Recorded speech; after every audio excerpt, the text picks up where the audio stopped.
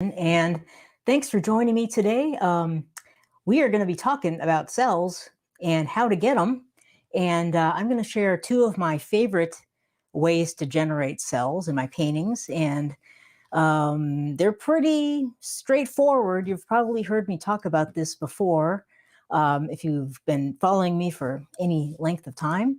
So it might not come as a shock, but we're going to talk about them anyway, because as far as I'm concerned, they're probably the two easiest ways to generate cells. So why do we want cells? It seems like cells are like the big thing. Everyone wants them. Everyone's obsessed with cells, and they want to see them in their paintings, but it seems a lot of people struggle with them and how to get them. So we're going to talk about that. And there's 1,000,001 different formulas out there. Everyone seems to have their own little like secret recipe or some kind of product they use or some kind of additive they add to their paints in hopes of getting cells. I've tried a lot of different things. Some of them work. Some of them don't work. Some of them can be harmful to your paintings, perhaps. But so we're not going to talk too much about all these different things you could add to your cells. I'm going to keep it really simple and just kind of talk about the two things that you want to add to your cells or use to get, or add to your paints, I should say, to try and get some cells. So let's talk about the first one. And the first way to get cells that I like the best, my favorite way, is plain old Floetrol. And this is Floetrol. This is the American version. There's an Australian version. I'm in America, so I use the American version. It's easy for me to get. It's pretty inexpensive. And this is basically what I mix with my paints to generate all the cells. I buy it in these big gallons. You can also get it in quarts, just like this. But this is it. This is, I found what works really, really well for me to get cells. And but there's kind of a trick to it. You have to use the right amount of Floetrol and the right amount of paint, and you have to have your consistency pretty accurate. So, oh, hello there, Consuelo. Thanks for joining me. Navala, thank you so much for joining me in our little discussion on cells. If you have any questions, feel free to add them in the chat and I will get to them. So we're talking about Floetrol. And this, it's not a big, huge secret. Lots and lots of people use Floetrol. Lots of people use it in different ways. A lot of people add things to it. I don't add anything to it. Like a lot of formulas call for glue and Floetrol. I don't use any of that. I use Floetrol paint, a little bit of water, and that's it. And I think the results kind of speak for themselves. The three paintings behind me, the blue one here, this is Floetrol paint and a little bit of water, and that's it. And that's got a lot of cells. I think that is a beautiful painting, and that is got plenty of cells. The one over here, oh, and by the way, this one, this blue one is a floating cup technique. Technique also has something to play, a role to play. This one over here, the turquoise one, I love that painting, and that's got tons of cells. And this was a flip cup, just a regular old flip cup. I did a lip drag through and got that cool black kind of a streak through there, but I love that painting. There's plenty of cells. So you don't need a lot of different things to get cells. And that's, how do I get cells is probably my most common question that's asked. And people are often shocked when I say, oh, I don't use any silicone. Everyone thinks, or a lot of people think, I use some kind of silicone in my paintings to get the cells. I don't use any silicone in any of the paintings behind me. And I hardly use it at all. I use it only for very specific techniques. And we're not going to talk about that today. That's kind of a different thing, but I only use silicone for a couple of very specific types of techniques, but in general, I don't use it a lot. Actually, I think using silicone and Floetrol, I don't love the type of cells they create. Silicone wants to create really roundish cells. Floetrol cells tend to be a little more organic looking, which I really love. So I just don't find the two mesh very well, at least for my tastes. So that is it. That's the Floetrol is my number one way to generate cells. And now the question is, well, how much do you mix? So the formula I use, and you can calculate this two different ways. One is a little harder, one is pretty easy, but they're both basically identical. So what I use is 5 parts Floetrol to 3 parts paint, and then I add water if I need it to get the right consistency. We'll talk about that in a second.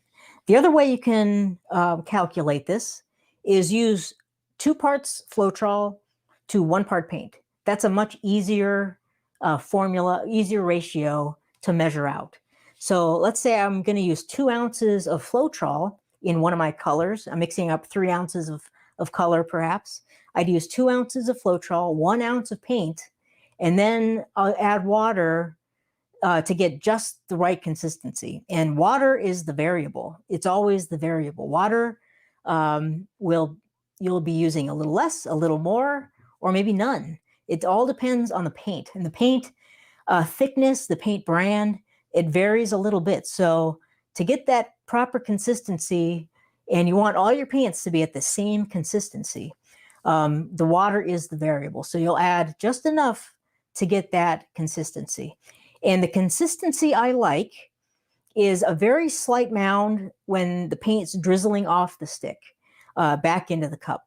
And it's thicker than you might think, actually. And, you know, a lot of people, I see their paintings and they're, you know, on Facebook, Instagram, things like that. They're not getting cells. They're frustrated. A lot of the times their paint is too thin. So I would err on a little bit thicker mix of paint. And of course, this all depends on the technique as well. I'm talking about flip cups. I'm talking about like floating cup pours. I'm talking about open cup pours.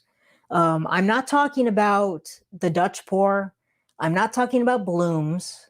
I'm not talking about getting like cloud mix or doing the pearl pour. So all these techniques require different consistencies of paint. But the consistency I'm talking about right now with the very slight mound is for flip cups, floating cups, open cups, swipes, like a basic swipe, funnel pours. What else would I do with that? String pulls, ring pours, those types of things. I use this formula and this ratio and this consistency for all those types of pours. Now, when we get into Dutch pour, that's a totally different consistency, and we're not going to touch that. That's a completely separate issue. So if you want to do paintings like the ones behind me, then all you need is the Floetrol, the paint, the water, and the proper consistency. And that's important. And I can't emphasize this enough, is to measure your paints out and measure your Floetrol.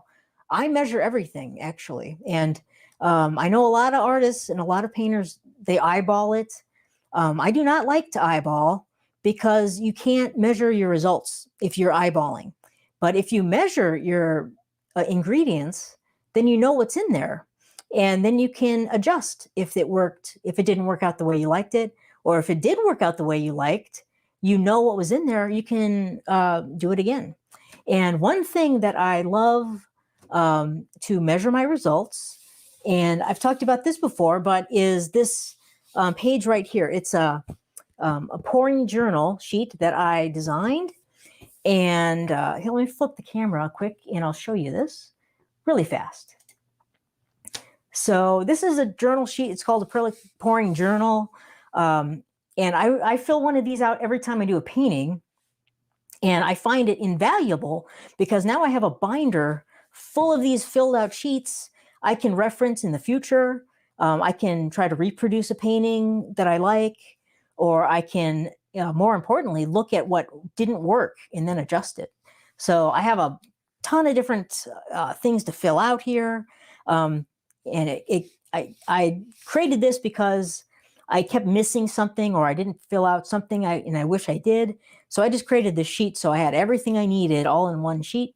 So I have like the canvas size, I have the total paint needed, I have all the colors that I would use, plenty of spots for them, the quantity mix, the brand. And over here with this little cup, it's like a little cup icon, and I can write down the layers of the paint I mixed or layered in my cup. So I know, let's say I put white in first, then gold, then blue. I know exactly what layers that I layered my cup in, which is kind of handy. All your paintings are going to turn out different anyway, but it's nice to know kind of what order you layered your paints in. And I have spots for notes and like results. And I have right up here mixing recipe, so I can quickly reference what I mixed my paints with, what technique I used. So there's a ton of stuff on this sheet. And I love filling these out. It just works great for me. And in the future, whenever I'm looking to reproduce a painting, or I just want to, I'm not going to reproduce it, but want to do kind of a similar looking painting, I'll flip through my chart or my book full of fill out journal pages. I'll find it. I'll know exactly what to do. And then if something didn't work, I'd switch my recipe, or I'm trying a new recipe, I'd write all that out here. And then I'd write notes. I'd say, this didn't work. Let me try something different next time.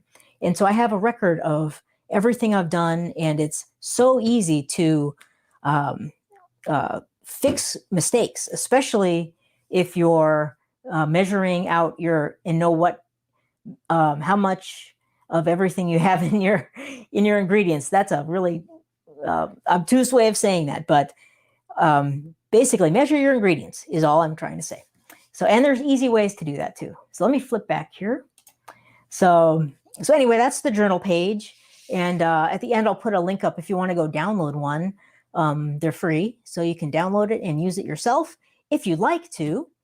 And so let's talk about the second way I like to generate cells. And that has to do with using metallic paints.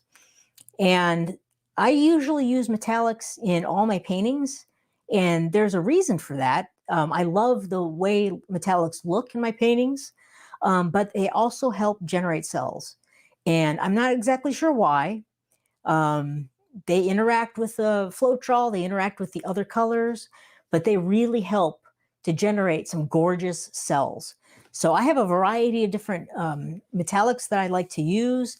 Some generate cells a whole lot more than other metallics, but I found all of them will help in general create a lot more cells. So at least that's what I've found in my paintings. So let me show you a couple of the metallics I like to use. Let me flip the screen again here. And there we go. So the first one I'll talk about is probably the most popular metallic color for generating cells, which is the DecoArt Americana 24 karat gold. Lots of artists use this. It creates amazing cloudy looking cells, which are gorgeous. Sarah Mack uses this all the time. She has fantastic paintings. I love her paintings, but she uses the 24K a lot. I like it a lot. I don't use it all the time because it can completely overwhelm your painting. Hey, Angela, thanks for joining us. We're just talking about some cells and metallic paints. So you have to be careful with the 24K gold and use a little less of it than you think, because it can completely take over your painting, but it is a fantastic way to get cells. And I mix this the same way as I would mix all my other colors. So I'd mix it with the 4 parts Floetrol, 3 parts paint, and water if I needed it to get the proper consistency. So 24K gold is amazing for getting cells. So is the Amsterdam gold. And they have a light gold and a darker gold. This is really, really good too. It's kind of like a little bit of a tamer version of the 24K gold I've found. You can get some great looking cells with both of the Amsterdam gold. So I really like this one a lot. And I use this one a lot all the time now. But just kind of standard metallics also are helpful when generating cells. Liquitex Gold I use all the time. It's one of my go-tos. It works fantastic. It really helps create cool looking gold cells. One of my new favorites actually is metallic white from Artist Loft. This is a awesome color and it creates some really cool effects. And let me show you this one. Let me switch the camera. The painting right behind me here, this one, the white one with, I have white and silver, and the metallic white is in there, and Payne's gray. The metallic white is responsible for a lot of these awesome cells in this painting. So I really like using the metallic white. I haven't tried a lot of metallic whites from other brands. The Artist Loft one worked so good for me though. But they do have one, like Liquitex Basic has an iridescent white. So there's other brands have them. I'm sure Amsterdam has one. I'm sure I'll try it in the future. But metallic white is a great metallic to help generate cells. So, and then another one I really like is copper. And copper, surprisingly, every time I use copper, it kind of wants to take over the painting. It wants the spotlight. For some reason, copper really loves to generate cells, but kind of take over. So be careful when you're using copper. Hi, Anne-Marie. And let's see here. What else do we have? I have a few more metallics that I love. Let me switch the camera back so you can get a little closer look. And then I'll answer some questions if you have any. So let me flip it back. Now, the other kind of metallics I like to use a lot are the craft paint ones. DecoArt makes a lot of awesome metallics. Their dazzling metallic line is great. I use them all the time. Rose Gold is one of my favorites. I love the Champagne Gold. This helps a lot with cells, but one thing that's very cool about the Champagne Gold is it kind of sprinkles this kind of mica particles all over your painting.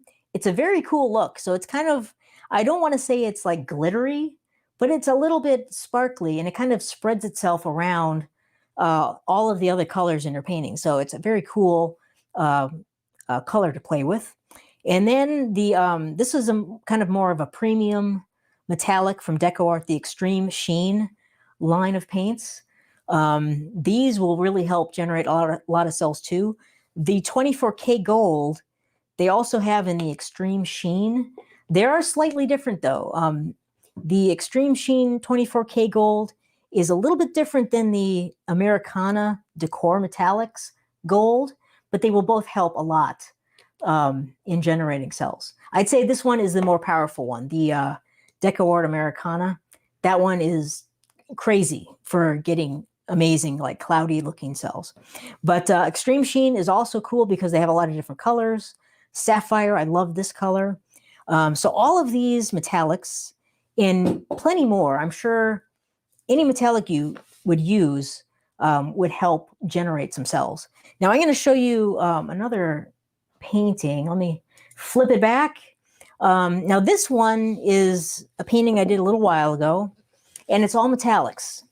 And I'll let you take a look at it.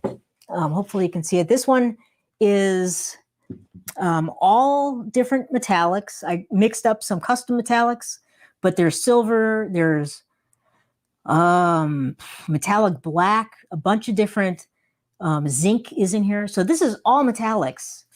And that one, there's tons of cells. So using the Floetrol and the metallics all by themselves generated just crazy amount of cells and lacing. And that's all that's in here. This is just, I think, 4 different metallic colors and mixed all with my Floetrol recipe. And that's it. And we got this tons of crazy looking cells. So if you really want a lot of cells, go with a lot of metallics, Floetrol, and I think, and get the proper consistency. That's very important.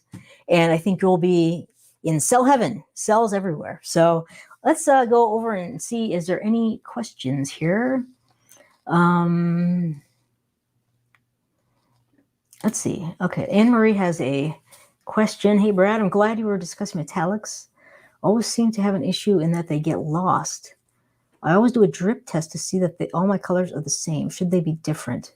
That's a good question. And I have practiced changing the consistency and consistency of my metallics versus other colors. And what I found is I get the best results when they're the same. I've tried thinner metallics and heavier colored paints, or thinner, or vice versa. I can't remember what I just said, but the best results I get are when I mix them the same.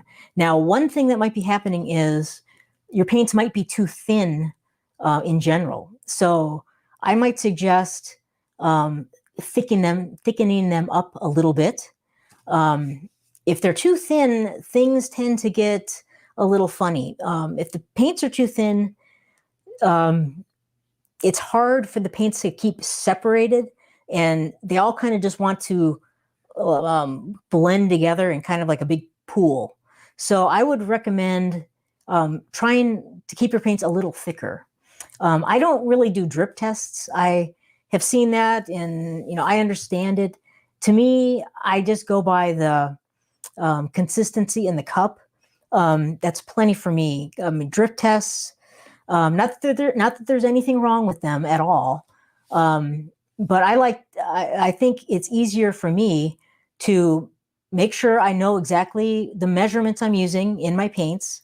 So measure your Floetrol, measure your paint out, write it all down, and then you can kind of judge based on the results of your painting if it did what you wanted to do, and if it didn't, then you can adjust. So I hope that helps. And yes, I have metallics that also have sunk before. I think some of it depends on the brand. Some of it also just depends on the painting. Not all of them are going to look perfect. So I have plenty that the gold will disappear on me. And some of them, the gold just takes over on me. One thing also I would recommend is if you're doing like flip cups or like a floating cup, put the gold towards the bottom, like maybe one of the first colors or the first color. That way it'll be on top when you flip the cup over, and then it'll sink less. So hopefully that makes sense. Let's see. Anything else? Oh, thank you, Angela. Yeah, I like that painting too. This one, this is a crazy one. I love this one. I have to try to do another one like this. But yeah, it kind of looks like a unicorn. Yeah, I love that. So let's see. So anyway, let me show you this. Let me get rid of the banner here. So if you, like I mentioned before, if you wanted to pick up my journal sheets, I'll give you the link for that.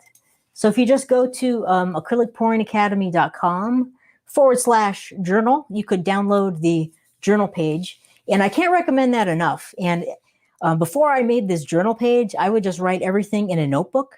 I've probably got 10 notebooks full of all my paintings.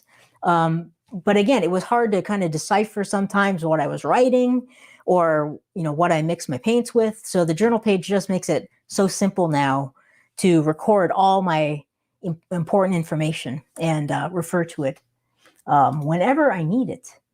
Let's see. Any other questions that you guys have about cells? Sorry, I said you guys. I hate that. It's a pet peeve of mine. But any other questions about cells that you might have? So now these two ways, I was going to mention this, these two ways are not the only ways to generate cells. There are other ways as well, but I talked about these two because they are the easiest for me, and they're the ones I use the most. So these are my go-to: Floetrol, recipe, metallic colors. So I figure let's start with the simpler stuff, and then you can always get more advanced and complicated, but try to master the easiest thing first. I'm always a proponent of starting as simple as you can. That's why I love starting with just craft paints and glue. And then once you've kind of gotten the hang of that, then you move into Floetrol and work with the Floetrol and maybe the higher quality paints like the Amsterdam or the Liquitex Basics and things like that. Then once you got that, kind of dialed in and making paintings that you like, then we can move into more advanced techniques and more advanced pouring mediums like the Liquitex pouring medium and things like that. So, okay, well, let's see, any other questions you might have? Otherwise, I think I'll just call it a wrap on this short live. Nope. Cool. Well, thank you so much for joining me and talking about some cells. I hope it was helpful for you. And I will see you again soon. And if you have any ideas about what you might want to talk about next, yes, Novala, keep it simple. Yeah, and yeah, the other thing, Novala makes a great point right here I want to talk about. Keep it simple. Some use a dozen additives. I think that is a big mistake when you're struggling to get cells or just starting out. Use as few things as possible, or just use the things that you know work. So don't use a Floetrol and glue mix with silicone and another thing like the wood conditioner. I mean, there's so many variables that can go wrong, and then you don't really know which one it was that caused a problem or which one that caused a success even. So if you're going to start adding things, add them one at a time, and then you can kind of gauge your results. And then if that's working, and you might not even need anything else. So that's a great point, Navala. Thanks for bringing that up. So, okay, thank you so much for joining me, and I will see you again soon. Check out the journal page if you're interested, and I will. Do you do a cloud pour? Novala asks. Yes, I do cloud pours. I am not an expert on the cloud pour yet. I haven't perfected it, but I have done them, and I've gotten some pretty cool results. I haven't done like YouTube videos yet on cloud pours. They're tricky, and the consistency can be a little bit tricky. I'm trying to come up with a consistent formula so that if I share it with you, you can hopefully get some consistent results, because it is a tricky one. And the other problem with the cloud pour is you have to get either the satin enamel from DecoArt, like the DecoArt satin enamel paint, which is really hard to come by now. And I've practiced with like house paint satin enamels, but I don't love the house paint satin enamel, like the Bear. So I'm still kind of working on my cloud pour recipes, but I'll get there soon. So, and I will share that with you when I do. So thanks so much. And so anyway, if that is it, final call for questions. And if nothing else, I really appreciate you taking some time to come and chat with me and learn a little bit about cells and how I make them. And if that's it, I will see you again soon on another live video. So take care and have another one. Just a second.